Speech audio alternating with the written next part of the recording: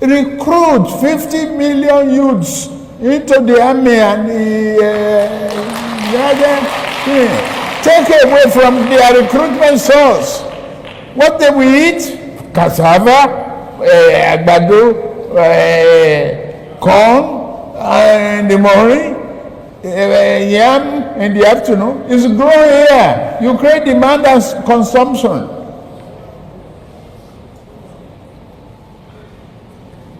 For over 5 million army of boot camps, we create our food. That's money for the farmers. That's consumption for the soldiers and skill development. Don't call them illiterate. Don't talk about illiteracy. Anybody who can own gun, who can handle gun, who can cock gun and create components, whether they are states, whether they are regions, whether they are zones, whatever people want to call them, that's their own business. And I'm also not going to enrich members of my family, but my friends. Are my friends not entitled to be enriched? As long as there is no element of corruption there. And there was none during our time when we privatized the banks, when we privatized institutions of the private sector.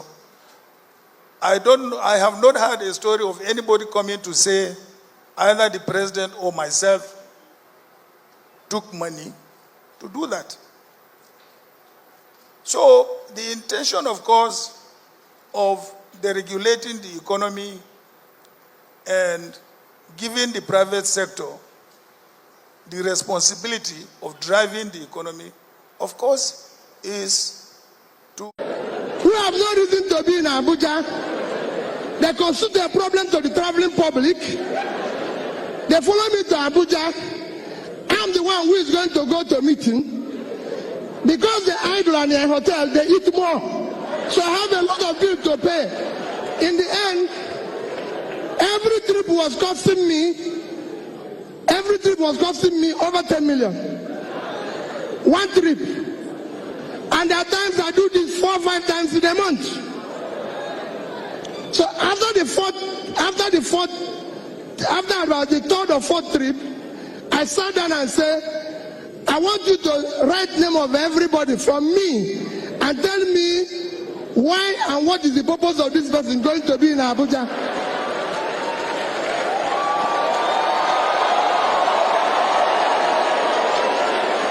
And what did they do? What happened? What did they do? When they finish, I found out the only person that needs to go to Abuja is me.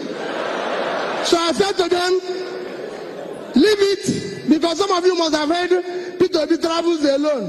No, because the other people, I don't need them in Abuja. I give you an example.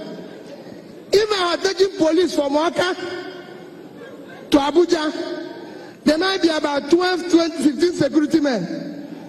And then each time I go, let me use today's pricing. One ticket one way is about 30,000. Coming back is 30,000. I found out that I can talk to the IG then Onovo. I said, Onovo, when I'm in Abuja, give me 3 policemen. The other person, give me 2. When I'm going, I give them 5,000, which is not up to the ticket of one person going. I say, good people.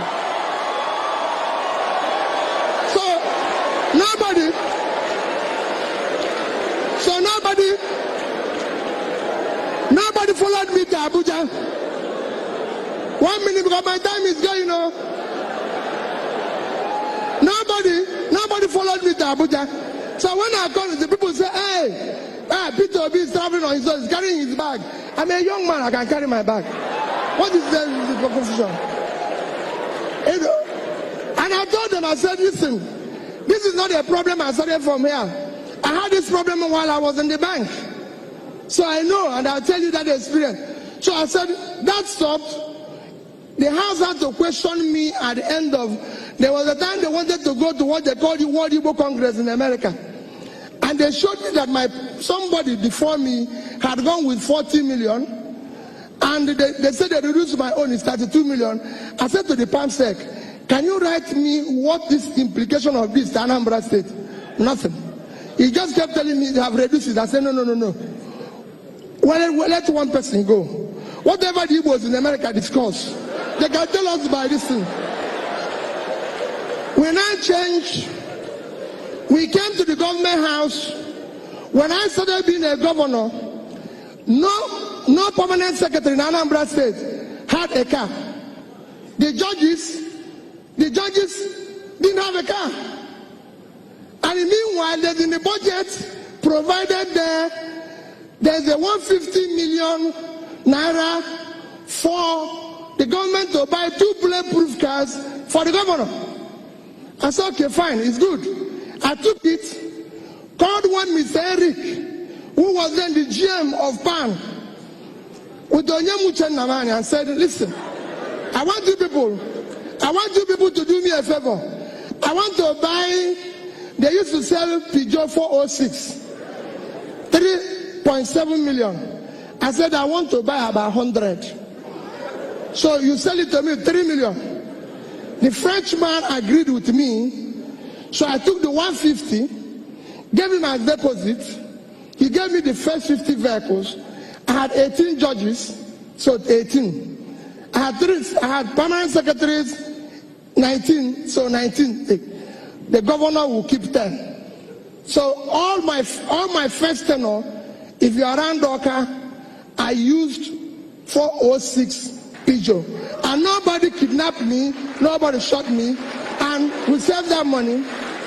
We had, some of you might have I was removed from office twice because he was talking about sharing money. And I can tell you why I was removed from office. It's all part of this.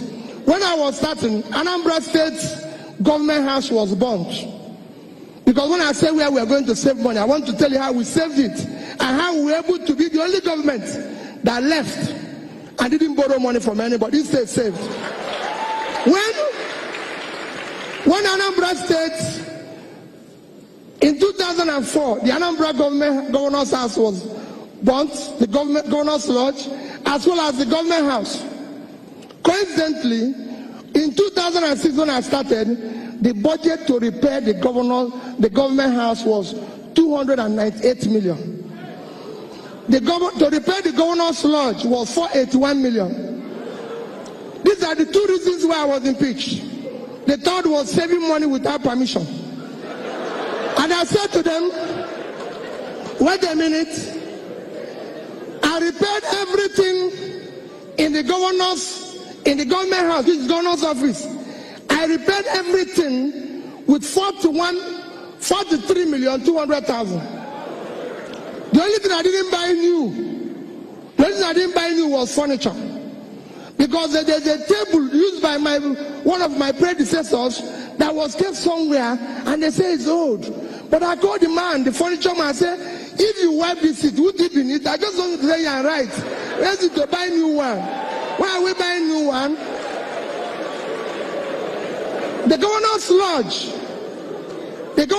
I had a point. I want you to tell, I'm no longer the governor, so these are things you can verify.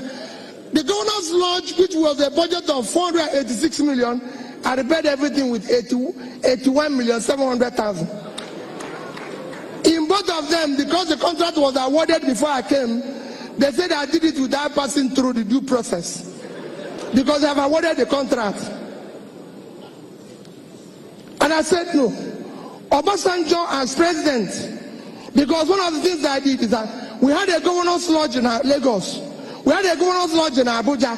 We had almost 60 workers in Abuja. And I asked them, why will governor of Anambra State have a lodge in Lagos? Why will he have a lodge in Abuja? Does he live in Abuja? What is he doing in Abuja? You know what they wrote me? Every other government have it.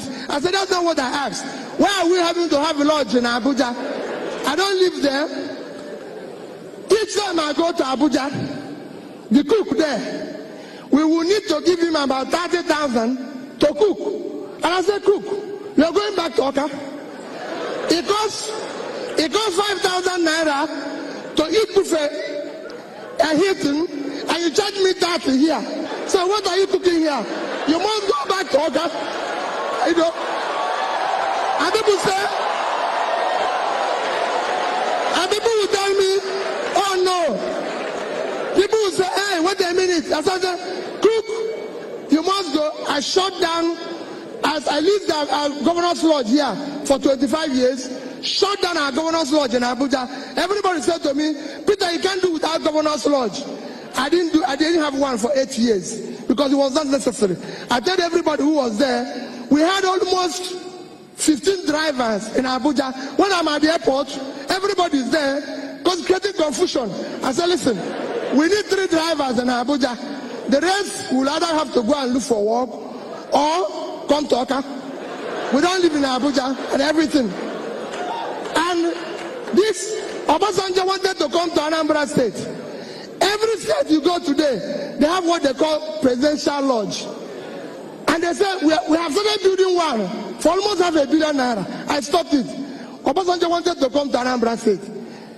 And they said, I went to them and said, listen, tell Mr. President, he can come in the morning and go in the evening. We don't need him to sleep. We don't need him to sleep. They said, no. They said, no, he must sleep. He must sleep. I said, okay, let's not worry about it. I went to him. That day, I'm telling you what, sir. I went to him. He came in October, end of October 2006. I went to him. I said to the chief of staff, I said, tell him, please, he can come in the morning. He said, no, he must sleep. He's doing this. I said, okay, no problem.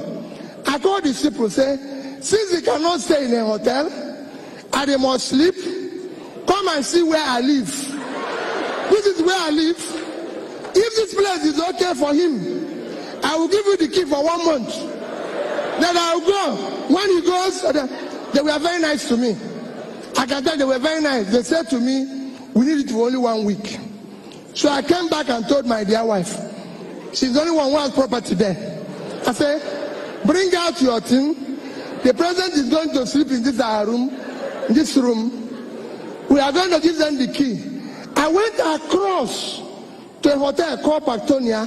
The man charges 30,000 per suite. For that 1 week, you know how much he charged me? 100,000. That is what I would have spent 500,000. So Obasanjo came on Thursday, stayed Thursday, Friday, Saturday, he left. They gave me back my key. And I spent 500 million, which I would have used to do the lodge. I would have been maintaining it by now. So Anambra State does not have a presidential lodge because the president doesn't live in Anambra State. He lives in Abuja.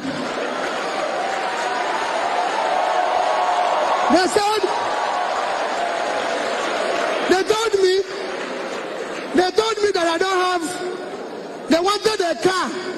They said to me, oh, you must have a treated car, a bulletproof car that the president and his people can use. I said, I don't have. Bring your motor here.